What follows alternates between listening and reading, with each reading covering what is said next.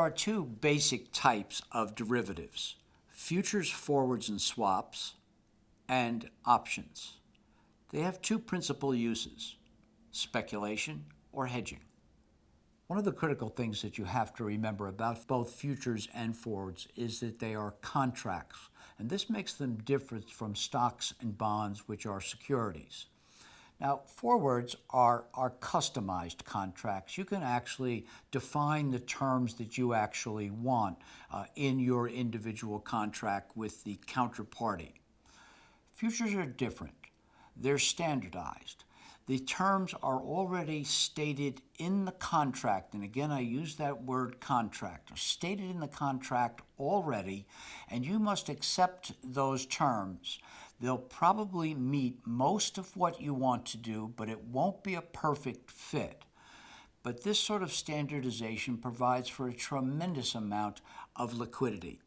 So the one thing you want to come away with is that these are contracts, they are not securities, and number two, that forwards are individually tailored and futures contracts are actually standardized contracts. Take example of wheat, and we'll show you this on an illustrated chart, this straight line nature of these instruments. The diagram you see before you starts with the price of wheat at about $9, if you could see that on the bottom of the chart, which I've circled. From that price of $9, we could go higher to $9.50, $10, $10.50. So therefore, when the prices go up, the buyer of this contract wins or makes money. The seller loses. Alternatively, you could look at this wheat price going down to $8.50, $8, maybe even as low as $7.50.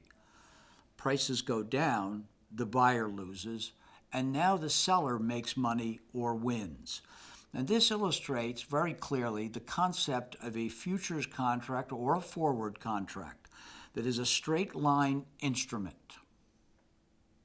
Well, if you can do this for a bushel of wheat, as we illustrated in the previous section, if you can do this for wheat, why can't you do it for cattle? Why can't you do it for any other agricultural product like sugar, corn, cotton? You can do it for gold. You can actually even do it for stock indexes as well. So there's many, many different types of commodities and financial instruments that can be combined into a contract.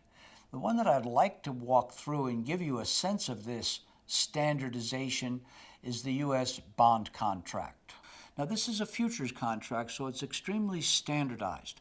And you'll see as I point out some of the terms. I won't go into detail on each of the terms, but you'll see what is specified in the contract and the specifications that you're going to have to meet. For example, this contract is one U.S. Treasury bond having a face value of $100,000. Now, when you deliver this bond in completion of your contract, it has to have a maturity of at least 15 years. The contract even goes into so much detail as to tell you how much each price fluctuation is worth. In this case, $31.25. And it goes on to do other specifications as well. For example, it says the contract can only be delivered in either March, June, September, or December.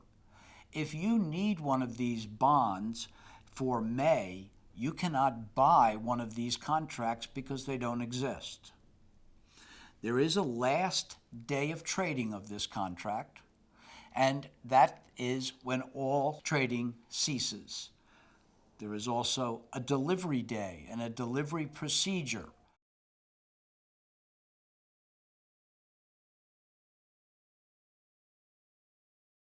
There's some clear distinctions between futures and forward contracts. As we already mentioned, the forwards are customized and the futures are standardized.